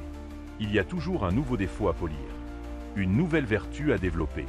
Les gens veulent des transformations instantanées. Ils veulent la pilule magique, la méthode rapide, le hack qui change tout.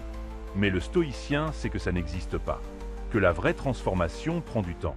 Beaucoup de temps, des années, une vie entière. Et c'est correct, car le but n'est pas d'arriver. Le but est de marcher, de progresser, de devenir un peu meilleur chaque jour. Sénèque comparait la sagesse à un voyage. Tu ne deviens pas sage en un jour. Tu le deviens pas à pas. Erreur après erreur. Leçon après leçon. Et même à la fin, tu n'es jamais complètement sage. Tu es juste moins ignorant qu'avant. Cette humilité est essentielle. Elle te garde en mouvement, en apprentissage, en transformation. Ta transformation silencieuse changera aussi tes relations, sans que tu le cherches. Les gens qui vibraient à ton ancienne fréquence partiront, naturellement, sans conflit. Vous n'aurez simplement plus rien à vous dire. Et c'est normal. Tu as évolué. Eux pas. Ou ils ont évolué différemment. Les chemins se séparent. Et tu dois les laisser partir. Sans culpabilité. Sans regret. D'autres personnes t'apparaîtront. Attirées par qui tu deviens. Par cette nouvelle énergie que tu dégages. Ces nouvelles relations seront plus profondes. Plus alignées. Car elles sont basées sur qui tu es vraiment. Pas sur qui tu prétendais être. Pas sur tes masques. Sur ton essence. Et ces connexions authentiques nourriront ta transformation. La transformation silencieuse te rendra aussi plus sélectif avec ton temps. Tu ne toléreras plus les conversations vides, les rendez-vous qui ne mènent nulle part, les activités qui ne t'élèvent pas.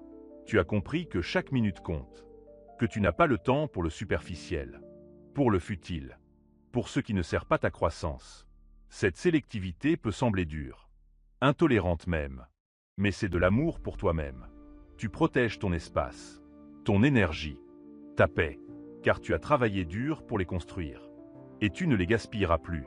Pas pour faire plaisir, pas pour être poli, pas pour maintenir des apparences. Tu choisis consciemment où va ton attention. Et ce choix est sacré. Marc Aurèle écrivait que la qualité de ta vie dépend de la qualité de tes pensées. Ta transformation silencieuse change tes pensées. Tu ne penses plus comme avant. Les vieux patterns se brisent. Les anciennes croyances s'effondrent. Tu vois plus clair, plus profond, plus vrai. Et cette nouvelle vision transforme tout. Tes décisions, tes priorités, tes objectifs. Personne ne verra ce changement intérieur. Mais toi tu le sentiras, dans chaque cellule de ton être. Tu sauras que tu n'es plus la même personne qu'il y a 1 an, 2 ans, 5 ans. Tu as mué, tu as évolué, tu as transcendé ton ancien toi. Et même si le monde ne le voit pas encore, tu le sais. Et cette connaissance te suffit. Car au final, la seule personne que tu dois convaincre, c'est toi. La seule personne dont l'opinion compte vraiment, c'est toi. Les autres peuvent penser ce qu'ils veulent, dire ce qu'ils veulent, juger comme ils veulent. Mais toi, tu sais qui tu es, tu sais d'où tu viens, tu sais le chemin parcouru. Et personne ne peut te retirer cette victoire. Alors continue ta transformation dans le silence. Ne te précipite pas. Ne la force pas, laisse-la se dérouler naturellement. Jour après jour. Choix après choix. Tu n'as pas besoin d'annoncer au monde que tu changes. Le monde le verra bien assez tôt. Quand tu seras prêt. Quand ta transformation sera si profonde qu'elle ne pourra plus être ignorée. Mais d'ici là, travaille dans l'ombre. Construis dans le silence. Deviens dans le secret. Tu as travaillé dur. Tu as compris l'importance de la discipline. Mais voici la leçon la plus difficile, la plus contre-intuitive. Après tout ce travail, après tous ces efforts, tu dois lâcher prise sur les résultats. Tu dois apprendre l'indifférence aux résultats. Non pas par désintérêt, mais par sagesse. Le stoïcisme t'enseigne que tu contrôles l'effort, jamais le résultat. Tu peux travailler avec excellence, donner tout ce que tu as, mais tu ne peux pas garantir le succès. Trop de variables échappent à ton contrôle. Le timing, le marché, la chance, les décisions des autres. Tout cela peut faire échouer le meilleur projet. Et si tu attaches ton bonheur au résultat, tu seras toujours vulnérable. Marc Aurèle dirigeait un empire. Ses décisions affectaient des millions de personnes. Pourtant, il écrivait qu'il devait faire son devoir sans se soucier du résultat. Faire le bien pour le bien. Agir avec vertu pour la vertu elle-même. Pas pour la reconnaissance. Pas pour le succès. Juste parce que c'était juste. Cette attitude le libérait de l'anxiété du résultat. Imagine si tu pouvais travailler sans crainte. Sans cette peur constante de l'échec. Sans ce besoin oppressant que ça marche. Tu serais libre. Vraiment libre. Ta créativité s'exprimerait sans censure. Ton audace n'aurait plus de limites. Car tu n'aurais rien à perdre. Le résultat ne définirait plus ta valeur.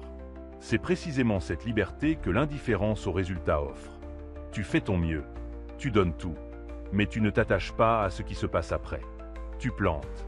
Tu arroses. Mais tu ne contrôles pas la pousse. Tu ne forces pas la fleur à s'ouvrir. Tu fais ta part. Et tu laisses le reste à l'univers. Au Dieu. Au destin. Peu importe comment tu l'appelles. Sénèque racontait l'histoire d'un homme qui avait perdu toute sa fortune. Il était ruiné, détruit financièrement. Mais il restait serein, car il n'avait jamais attaché son identité à sa richesse. Il savait que la fortune est volatile, que tout peut être perdu. Alors quand il a tout perdu, il n'a rien perdu d'essentiel. Car son essence n'était pas dans ses possessions. Elle était en lui. Cette leçon s'applique à tout. Tu peux perdre ton travail, ta relation, ta santé, ta réputation. Si ton bonheur dépend de ces choses externes, tu souffriras quand elles disparaîtront. Et elles disparaîtront. Tout ce qui est extérieur finit par partir. Mais si ton bonheur vient de l'intérieur, de qui tu es, de comment tu agis, alors rien ne peut te le prendre. L'indifférence au résultat ne signifie pas l'apathie. Ce n'est pas je m'en fous. C'est je fais mon mieux et j'accepte ce qui vient. C'est l'effort maximal avec le détachement maximal. Tu te donnes à fond dans l'action. Mais une fois l'action terminée, tu lâches. Tu ne rumines pas. Tu ne t'inquiètes pas. Tu as fait ce que tu pouvais. C'est suffisant. Épictète utilisait l'image d'un archer. L'archer fait tout ce qu'il peut. Il choisit son arc, ses flèches. Il prend position. Il vise. Il tire. Tout ça, c'est sous son contrôle. Mais une fois la flèche partie, il n'a plus aucun pouvoir. Le vent peut la dévier. Un oiseau peut passer. La cible peut bouger. Le résultat ne dépend plus de lui. Alors il ne se tourmente pas. Il a fait sa part. Toi aussi, tu dois devenir cet archer. Prépare-toi du mieux que tu peux. Agis avec excellence. Puis lâche. Ne reste pas à fixer la cible en espérant que ta volonté changera la trajectoire. Elle ne le fera pas. Ce qui est fait est fait. Occupe-toi de la prochaine flèche, de la prochaine action, du prochain choix. Cette attitude transforme ta relation au travail. Tu ne travailles plus dans l'anxiété, dans la peur de l'échec. Tu travailles dans la joie de l'effort, dans le plaisir du processus. Car le processus, lui, dépend de toi. Tu peux profiter de chaque moment, de chaque défi, de chaque apprentissage, indépendamment d'eux où ça mène. Les gens obsédés par les résultats ne profitent jamais du voyage. Ils sont toujours tendus, toujours stressés, toujours en attente de l'arrivée. Mais quand ils arrivent, la satisfaction est brève. Ils se fixent immédiatement un nouveau but. Et l'anxiété recommence. Ils ne sont jamais en paix, car leur paix dépend toujours d'un futur hypothétique. Le stoïcien trouve la paix dans le présent, dans l'action présente. Il fait ce qu'il doit faire maintenant, pas pour un futur glorieux. Maintenant, parce que c'est juste, parce que c'est aligné avec ses valeurs. Et cette motivation intrinsèque est inépuisable. Elle ne dépend pas des résultats. Elle se suffit à elle-même. Marc Aurèle méditait que dans l'univers infini, ta vie est un point.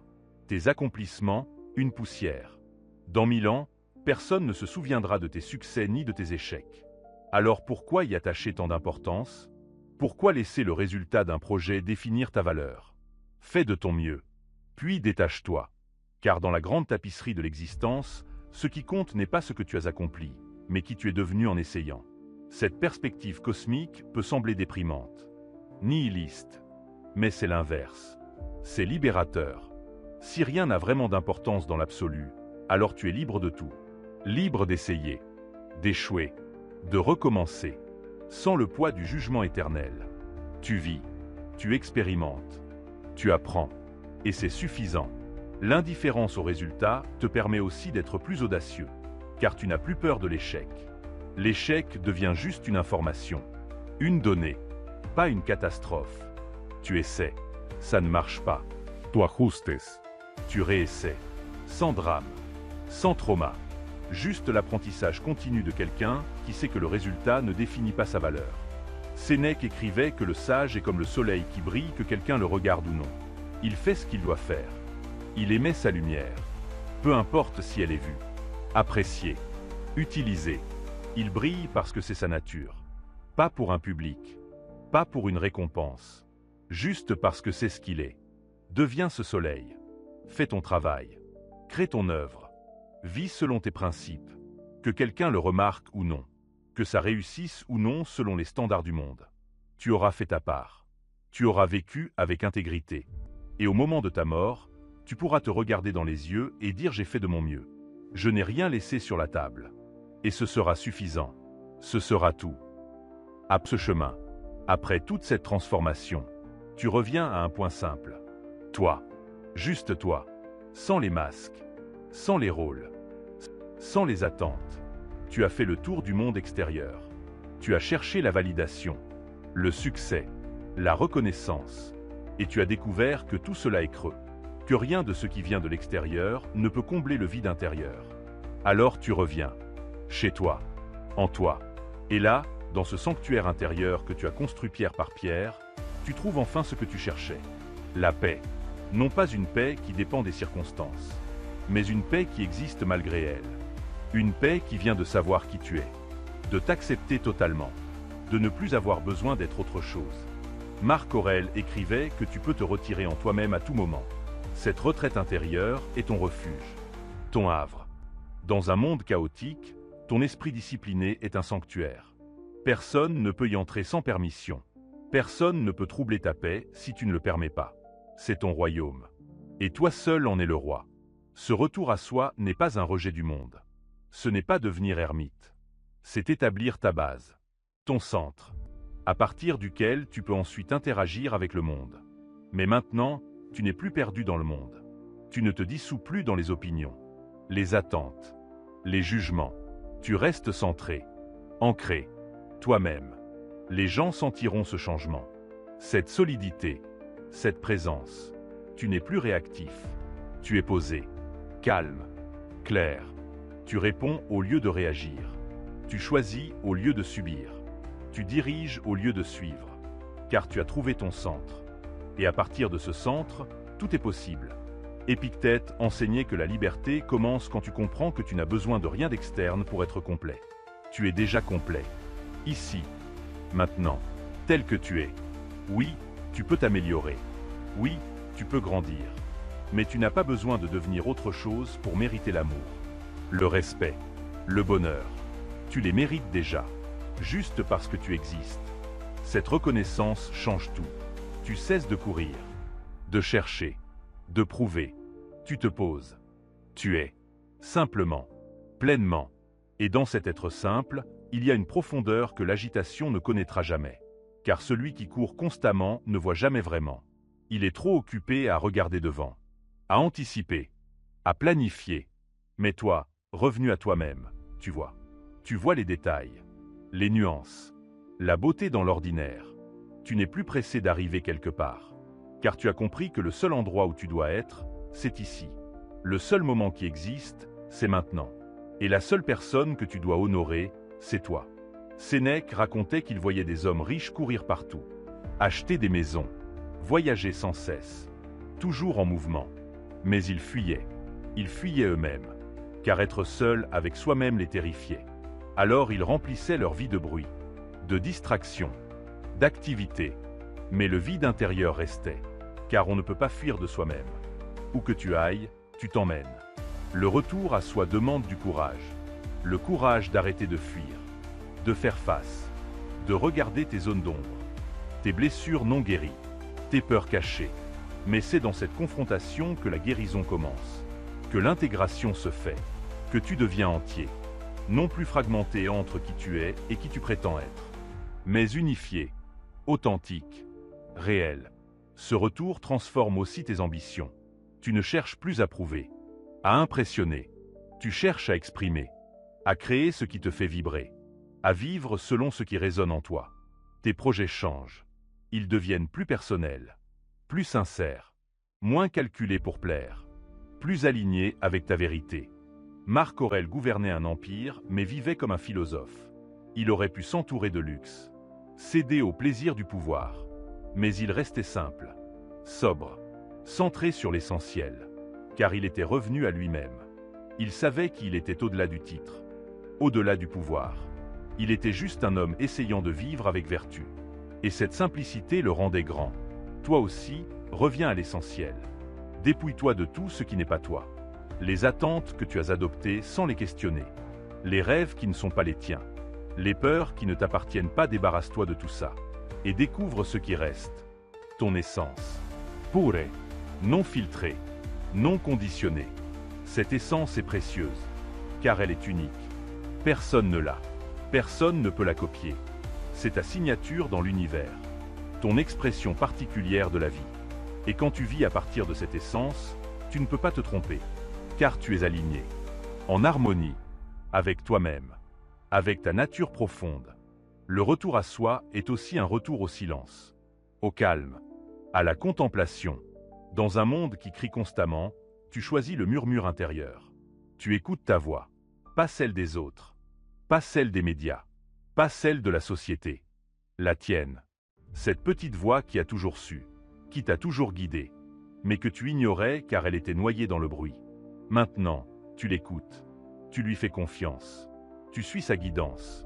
Et même si elle te mène sur des chemins que personne ne comprend, tu continues, car tu sais que c'est ta voie, ton chemin. Personne ne peut le parcourir à ta place. Personne ne peut savoir mieux que toi ce qui est juste pour toi. Épictète disait que tu dois être l'ami de toi-même. Traiter ton âme comme tu traiterais un ami précieux, avec douceur, patience, encouragement.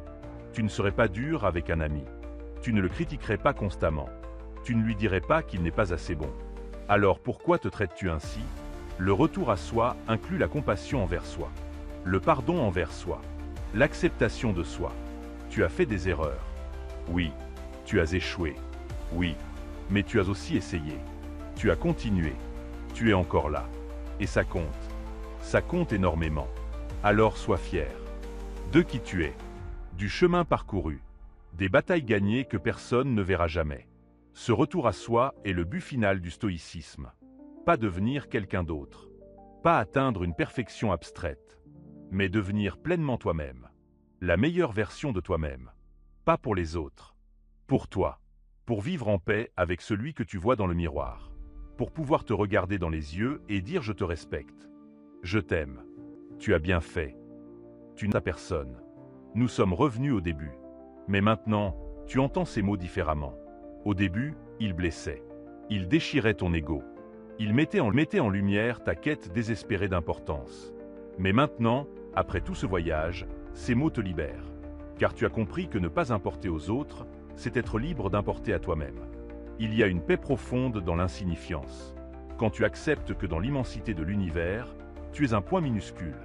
Que ta vie est un clin d'œil dans l'éternité. Que tes drames, tes succès, tes échecs ne sont rien dans la grande histoire du cosmos. Cette perspective devrait t'écraser, te déprimer, te rendre nihiliste. Mais elle fait l'inverse. Elle te libère. Marc Aurèle méditait constamment sur l'immensité du temps et de l'espace. Il visualisait la Terre comme un point dans l'univers, sa vie comme une seconde dans l'éternité. Cette méditation ne l'attristait pas. Elle le libérait. Car si tout est si petit, si éphémère, pourquoi s'inquiéter? Pourquoi se tourmenter? Pourquoi ne pas simplement vivre?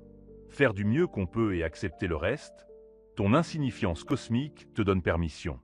Permission d'essayer sans crainte, d'échouer sans honte, de recommencer sans jugement.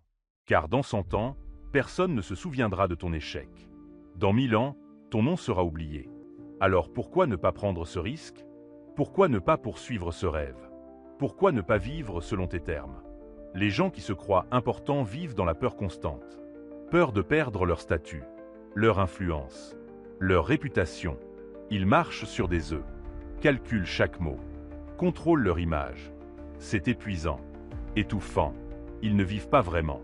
Ils jouent un rôle. Ils maintiennent une façade. Et derrière cette façade, ils suffoquent. Mais toi, qui as accepté ton insignifiance, tu respires. Tu vis. Tu t'exprimes sans filtre. Car tu n'as rien à protéger. Pas d'image à maintenir. Pas de réputation à défendre. Tu es juste un être humain vivant sa vie. Faisant des erreurs. Apprenant. Grandissant. Et c'est suffisant. C'est même magnifique dans sa simplicité. Sénèque écrivait que nous souffrons plus dans notre imagination que dans la réalité. Et la plus grande souffrance imaginaire vient de se croire important. De croire que nos actions ont des conséquences énormes. Que nos erreurs sont catastrophiques. Que nos succès sont monumentaux. Mais la réalité est plus douce. Nos actions affectent un cercle limité. Nos erreurs sont vite oubliées. Nos succès, relativisés. Cette réalité n'est pas déprimante. Elle est apaisante. Elle dit détends-toi. Respire. Ce n'est pas aussi grave que tu le penses. Tu n'as pas à porter le poids du monde. Tu n'as qu'à vivre ta petite vie. Faire ton petit travail. Apporter ta petite contribution. Et c'est largement suffisant. Car ces petites choses, multipliées par des millions de personnes, créent le monde. Ton insignifiance te connecte aussi aux autres. Car eux aussi sont insignifiants. Eux aussi luttent. Eux aussi ont peur. Eux aussi cherchent du sens dans un univers indifférent. Quand tu comprends ça, la compassion naît naturellement. Tu cesses de juger, de critiquer, de comparer, car tu vois que nous sommes tous dans le même bateau, naviguant dans le même océan cosmique d'incertitude. Épictète enseignait que nous sommes tous des acteurs dans une pièce. Nous n'avons pas choisi notre rôle, ni le script, ni les autres acteurs, mais nous pouvons choisir comment jouer notre rôle, avec excellence, avec intégrité, avec cœur. Et quand la pièce se termine, quand le rideau tombe, nous retournons à la même source. Acteur principal ou figurant, nous disparaissons de la même manière. Cette égalité finale devant la mort nivelle tout. Le PDG et le sans-abri. Le célèbre et l'inconnu. Tous finiront poussière. Alors pourquoi jouer à qui est plus important? Pourquoi se battre pour des positions qui ne durent qu'un instant? Mieux vaut vivre authentiquement, humblement, en sachant que notre temps est compté et que la seule chose qui reste, c'est l'amour et la sagesse qu'on a partagés. La paix dans l'insignifiance te permet de profiter pleinement de chaque moment. Car tu sais qu'il est précieux précisément parce qu'il est éphémère. Ce coucher de soleil que tu regardes. Cette conversation que tu as. Ce rire que tu partages. Tout cela passera. Sera oublié. Mais maintenant, ici, c'est réel. C'est vivant. C'est tout ce que tu as. Marc Aurèle recommandait de vivre chaque jour comme si c'était le dernier.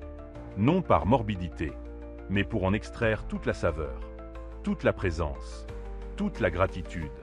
Si c'était ton dernier jour, est-ce que tu perdrais du temps à te soucier de ce que pensent les autres? À poursuivre des ambitions vaines? À entretenir des rancunes? Non. Tu vivrais. Pleinement. Intensément. Authentiquement. L'insignifiance te ramène aussi à l'essentiel. À ce qui compte vraiment. Quand tout le superflu est enlevé. Quand les illusions tombent. Que reste-t-il? L'amour. Les connexions réelles. L'apprentissage. La croissance. Le service. L'expression de soi. Ces choses-là donnent du sens à une vie insignifiante. Elles ne la rendent pas importante aux yeux du cosmos. Mais elles la rendent précieuse à tes propres yeux. Et c'est tout ce qui compte. Sénèque disait que ce n'est pas la durée de la vie qui compte, mais sa qualité. Tu peux vivre 100 ans dans la médiocrité, ou 50 ans dans l'excellence. Quelle vie est plus riche? Celle qui s'étend longuement sans profondeur, ou celle qui brûle intensément dans sa brièveté? Le stoïcien choisit l'intensité, la présence, la qualité, sur la quantité. Alors embrasse ton insignifiance. Riant même. Tu n'importes à personne. Parfait. Tu es libre. Libre de devenir qui tu veux. Libre de vivre comme tu l'entends. Libre d'échouer, de réessayer, de réinventer. Ta vie t'appartient. Totalement. Et cette propriété est la plus grande richesse. Car personne ne peut te la prendre. Personne ne peut dicter ses termes. Tu es un atome dans l'infini, une seconde dans l'éternité, un souffle dans l'univers. Et c'est magnifique, car dans cette insignifiance, tu trouves la liberté de simplement être. Sans prétention, sans artifice, sans masque, juste toi, dans toute ta beauté imparfaite, dans toute ta vérité humaine. Et c'est assez. C'est plus qu'assez. C'est tout. Mon ami, nous voilà au terme de ce voyage. Un voyage qui t'a peut-être bousculé, dérangé même, car ces vérités ne sont pas confortables. Elles ne flattent pas l'ego. Elles ne promettent pas la gloire. Mais elles offrent quelque chose de plus précieux. La liberté. La vraie. Celle qui ne dépend de personne ni de rien. Tu n'importes à personne. Et maintenant, tu comprends pourquoi c'est la meilleure nouvelle possible. Car cela signifie que tu peux enfin t'arrêter de courir après leur approbation. Tu peux arrêter de te tordre pour correspondre à leurs attentes. Tu peux enfin te concentrer sur l'essentiel. Toi, ton travail, ta croissance, ta paix. Le stoïcisme ne te promet pas le bonheur. Il te promet quelque chose de plus solide. L'équanimité. Cette paix intérieure qui reste stable quelles que soient les circonstances externes. Cette force tranquille qui vient de savoir qui tu es et de vivre selon tes principes. Cette liberté qui naît quand tu cesses d'être esclave des opinions, des résultats, des circonstances. Marc Aurèle, Sénèque, Épictète. 3 hommes séparés par le temps et les circonstances. Un empereur, un conseiller, un esclave. Mais unis par une même compréhension. Que la seule chose qui compte vraiment, c'est ton caractère. Comment tu choisis de répondre à la vie? Comment tu te comportes quand personne ne regarde? Comment tu restes fidèle à toi-même quand le monde te pousse à te trahir? Alors travaille dur, dans l'ombre, sans attendre de reconnaissance. Concentre-toi sur toi-même, sur ton amélioration continue, sur la construction de l'homme ou de la femme que tu veux devenir. Et accepte que le résultat de ce travail ne t'appartient pas, que tu peux tout donner sans rien recevoir, et que c'est correct. Car le vrai cadeau, c'est la transformation intérieure. C'est qui tu deviens en chemin. Tu n'importes à personne, mais tu importes à toi-même. Et c'est là que réside tout ton pouvoir. Dans cette relation avec toi, dans ce respect que tu te portes, dans cette fidélité à tes valeurs. Personne ne peut te retirer ça. Aucune trahison, aucun échec, aucune perte. Tant que tu restes fidèle à toi-même, tu es invincible. Bienvenue dans cette nouvelle vie. Une vie où tu n'attends plus rien de personne, où tu te suffis à toi-même, où ta paix ne dépend plus des circonstances externes. C'est le don du stoïcisme. Pas une vie facile, mais une vie libre, une vie digne, une vie qui vaut la peine d'être vécue. Maintenant va, travaille, construis, deviens, dans le silence de ta discipline, dans la force de ta solitude, dans la paix de ton insignifiance cosmique. Et sache que même si personne ne te voit, même si personne ne te comprend, même si personne ne te reconnaît, tu fais quelque chose de profondément important. Tu deviens toi-même. Et c'est la seule chose qui ait jamais vraiment compté. Que la sagesse des anciens te guide. Que leur force t'inspire. Que leur sérénité devienne tienne. Et souviens-toi toujours. Tu n'as besoin de personne. Tu as tout en toi. Il ne reste plus qu'à le découvrir.